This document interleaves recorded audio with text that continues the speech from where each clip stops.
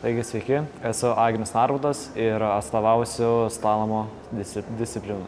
Tai pasiekimai yra tokie, kad kelis metus iš eilės esu tapęs FVD klasės čempionu, jaunių klasės čempionu, važiavau streitreise, tai pirmais metais tapau vicečempionu, po to čempionu ir Time-Attack'e taip pat pavyko būti čempionu. Paskutiniai metai geri buvo. Tai nuo slalomo pradėjau važiuoti, nes tai yra pagrindas, kad suprasite visos mašinos valdymą ir tiesiog įgauti tų gerų įgūdžių. Slidimas, ten greitį pritaikyti ir taip toliau. Ir tai labai padeda žiedinėse lenktynėse, tarkim. Tai slalomas, tarkim, yra aikštelė, joje yra pridėliota fiškių, tarkim, ir yra padaryta konfigūracija, kurią turėtų išvažiuoti tarp tų fiškių. Ten apsisukimai, įvairūs posūkiai aštrus ir turi padaryti kuo greitesnį laiką ir nenumušti tų fiškių, nes viena fiškė ten dažniausiai būna 5 sekundės ir tiesiog tą laiką tiesiog taip darai. Streitreisas yra, tarkim, uždaro gatvė ir tiesiog yra didesni greičiai, greitesni posūkiai, tiesiog viskas žymiai greičiau vyksta. Tai žinoma, ten važiuoju laimėti, pasiekti kuo aukštesnės pozicijos ir pasisemti geros patirties ir gerai praleisti laiką, nes tikrai į FIA Motorsport Games'us ne kiekvieną dieną nuvažiuosim.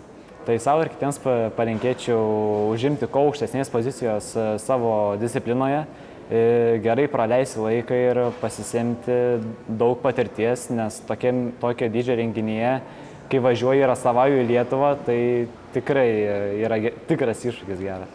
Labai yra smagu, kad pasirinko būtent mane ar kažką, kad atstovauti tą discipliną ir tikrai gerbiu tą jų sprendimą ir bandysiu parodyti tai, kas yra geriausia. Taigi, aš pradėjau važiuoti kartingais, būdamas 10 metų. Tai pramoginis kartingais irgi labai patiko važiuoti ir mane į tai įtraukė tėtis.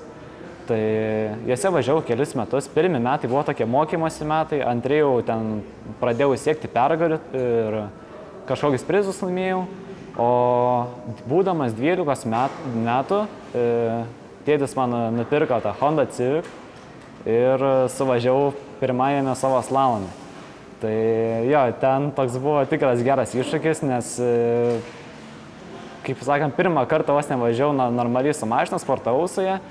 Tai iš tikrųjų tai nelabai gerai sekėsi, bet po to kitais slalomais patobulėjau, vis mokinausi.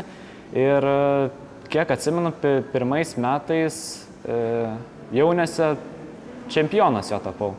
Po to tas kažkaip užkabino ir pradėjom važiuoti FVD klasėje, streitreise ir kažkaip sekėsi, taip įsiplėtoja viskas. O dabar važiuoju žiedinėse lenktynėse, Pabaltijoje.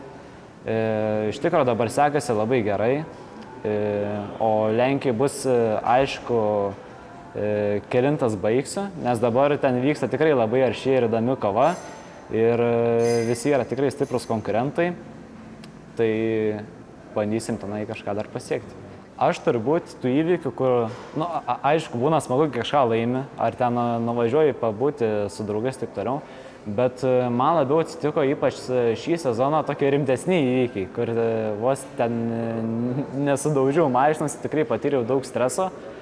Tai vieną kartą buvo, kai važiuoju posūkį ant 160 km per valandą ir man nusisuko kairys pusašis. Ir gaunasi, kad atsijungia kairys ratas, o dešinys varo. Tai mane iš karto taip užsvedė.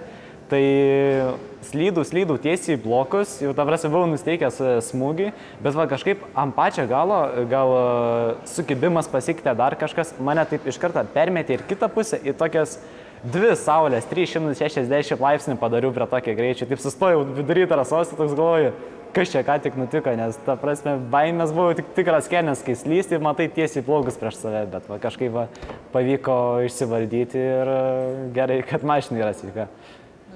Ir pats sveikas, aišku.